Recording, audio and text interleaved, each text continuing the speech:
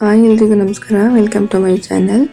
ಇವತ್ತಿನ ವಿಡಿಯೋದಲ್ಲಿ ಕನ್ನಡ ಸಿನಿಮಾಗಳಲ್ಲಿ ಖಳನಾಯಕನ ಪಾತ್ರಕ್ಕೆ ಬೇಕಾದಂತಹ ವಜ್ರಕಂಠ, ಬೀಭತ್ಸ ಮುಖ, ಮನೆಮುರುಕ ಪಾತ್ರಗಳಿಂದಾಗಿ ಜೀವಿತಾವಧಿಯ ಕೊನೆ ಕ್ಷಣದವರೆಗೂ ಚಾಲ್ತಿಯಲ್ಲಿದ್ದ ನಟ ಅಂದರೆ ವಜ್ರಮುನಿಯವರು ಮಾತ್ರ.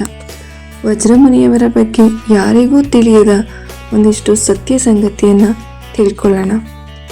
1969ರಿಂದ ಹಿಡಿದು 1996ರವರೆಗೂ ಕನ್ನಡ ಚಿತ್ರರಂಗದಲ್ಲಿ ಸಕ್ರಿಯರಾಗಿದ್ದ ವಜ್ರಮುನಿಯವರು 300ಕ್ಕೂ ಹೆಚ್ಚು ಚಿತ್ರಗಳಲ್ಲಿ ಅಭಿನಯಿಸಿದ್ದಾರೆ. ನಟ ಭಯಂಕರ ಎಂದೇ ಖ್ಯಾತಿಯಾಗಿದ್ದ ವಜ್ರಮುನಿ ನಮ್ಮನ್ನೆಲ್ಲ ಅಗಲಿ ಇಂದಿಗೆ ಸುಮಾರು ವರ್ಷಗಳೇ ಕಳೆದಿವೆ. ನಟ ಭೈರವ ವಜ್ರಮುನಿ ಸ್ಮರಣಾರ್ಥ ನಿಮಗೆ ಅವರ ಮೃದು ಸ್ವಭಾವ ಕುರಿತು ಒಂದಿಷ್ಟು ನಿದರ್ಶನವನ್ನು ತಿಳ್ಕೊಳ್ಳೋಣ. ತೆರೆ ಮೇಲೆ ಕ್ರೂರಿಯಾಗಿ ಕಾಣುವ ವಜ್ರಮುನಿಯವರು ನಿಜ ಜೀವನದಲ್ಲಿ ತುಂಬಾನೇ ಮೃದು ಸ್ವಭಾವದ ವ್ಯಕ್ತಿ.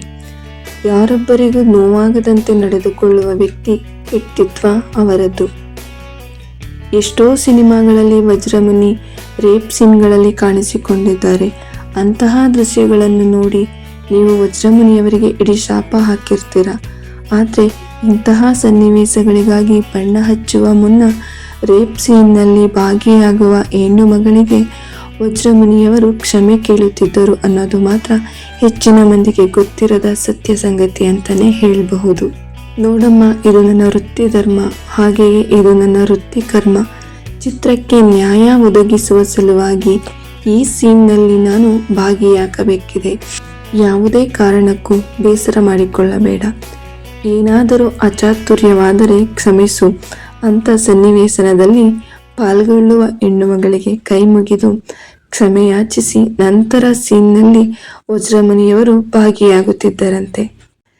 ತೆರೆ ಮೇಲೆ ಎಷ್ಟೇ ಕಠಿಣ ಹೃದಯಿ ಆಗಿ ಕಾಣಿಸಿಕೊಂಡರೂ ನಿಜ ಜೀವನದಲ್ಲಿ ವಜ್ರಮುನಿ ಕರುಣಾಮಯಿ ಅಂತಾನೆ ಹೇಳಬಹುದು. ಹಲವಾರು ಸಂಘ ಸಂಸ್ಥೆಗಳು, ಸಹಕಾರಿ ಸಂಘಗಳಲ್ಲಿ ಸಕ್ರಿಯವಾಗಿ ಸಾಮಾಜಿಕ ಸೇವೆಯಲ್ಲಿ ತೊಡಗಿದ್ದ ವಜ್ರಮುನಿಯವರು ಬೇಡಿ ಬಂದವರಿಗೆ ನೆರವಿನ ಹಸ್ತ ಕೂಡ ಚಾಚಿದ್ದರು. ಅಂತಹ ಅಪ್ರತಿಮ ಕಲಾವಿದ ಕಿಡ್ನಿ ವೈಫಲ್ಯದಿಂದ ಜನವರಿ 5, 2006ರಂದು ಕೊನೆ ಉಸಿರೆಳೆದರು.